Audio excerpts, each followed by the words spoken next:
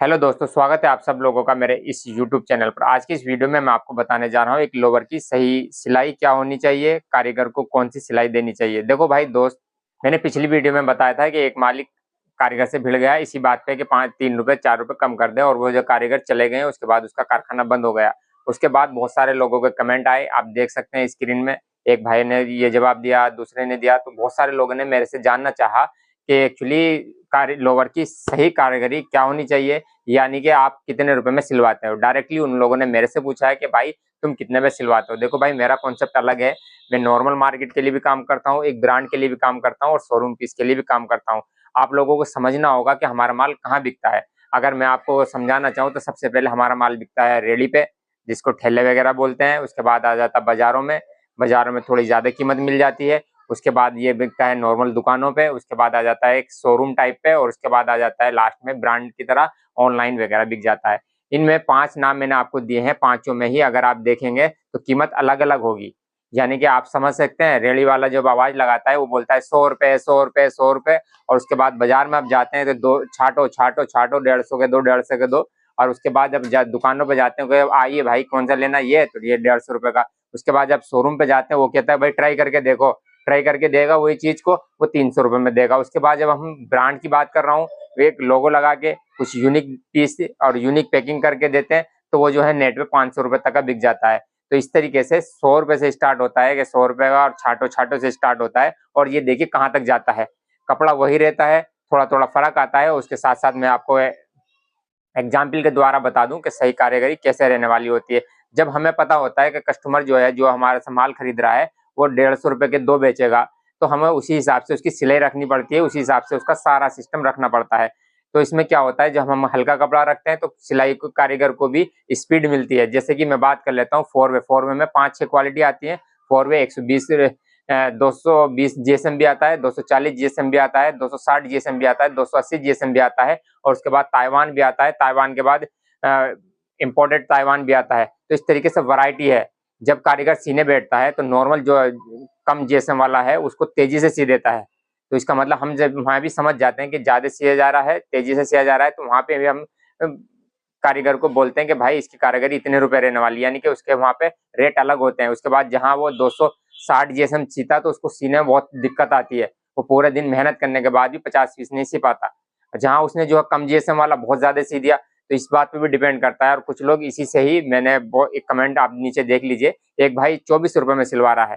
तो इसी तरीके से मैं जो हूँ बता देता हूँ एनएस का। मेरे पास एक कस्टमर आता है, वो घरों में सिलवाता है, तो आधा काम लेडीज के थ्रू कर लेता है। तो उसमें जो है उसका पैसा जाता है सिर्फ 5 रुपए। 5 रुपए लेडीज से कराता है, बाकी जो लई बड़ी सिलाई जैसे लास्टिक और नीचे से मोरी, ये किसी एक लड़के को बिठा के 2 रुपए में करा लेता है। तो 7 रुपए में एनएस की सिलाई हमारे यहाँ हो जाती है।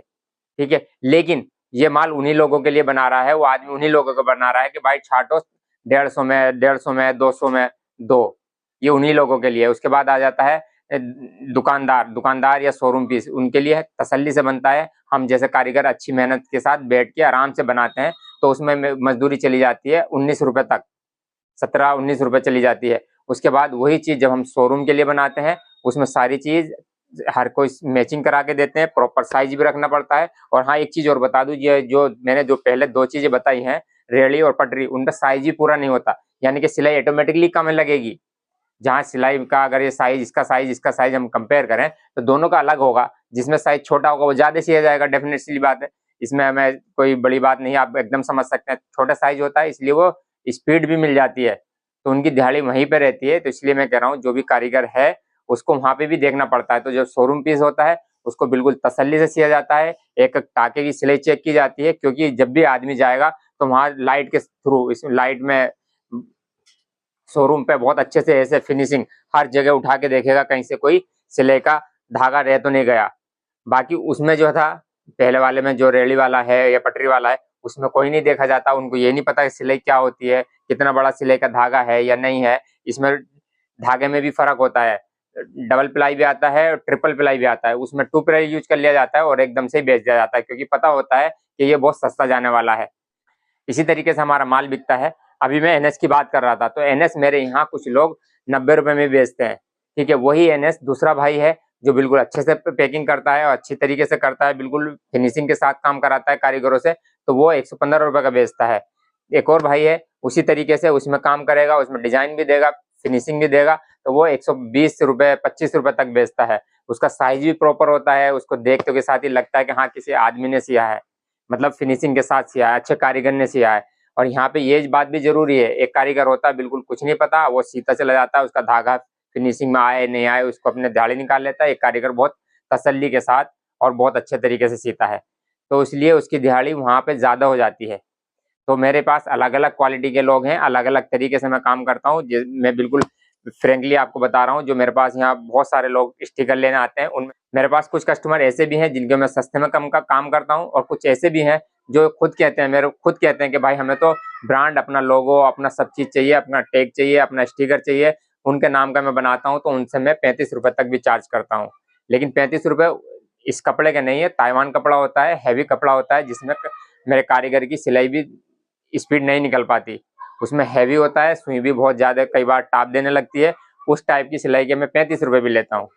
लेकिन मैं सब लोगों को यही कहना चाह रहा हूँ कि भाई हर जगह कंपेयर करो कि आपको कितना मिलने वाला है और सामने वाला आपका कपड़ा कहाँ बेचेगा। अगर वो अच्छी जगह बेच रहा है तो उसको डेफिनेटली फ़ायदा होगा। उसी चीज़ के मैंने जैसे एग्जाम्पल दे दिया है, 5 जगह हमारा कपड़ा बिकता है, और भी बहुत सारी जगह हो सकती हैं, तो इसमें कोई बड़ी बात नहीं है। कुछ लोगों ने क्योंकि मुझे ही टारगेट किया था, मेरे से ही पूछना चाहा कि भाई तुम कितना देते हो, तो मैं फिर से बता दूं, और 2 वे के रेट अलग होते हैं, 4 वे के अलग होते हैं। 4 वे में भी बहुत सारी क्वालिटी आ जाएगी।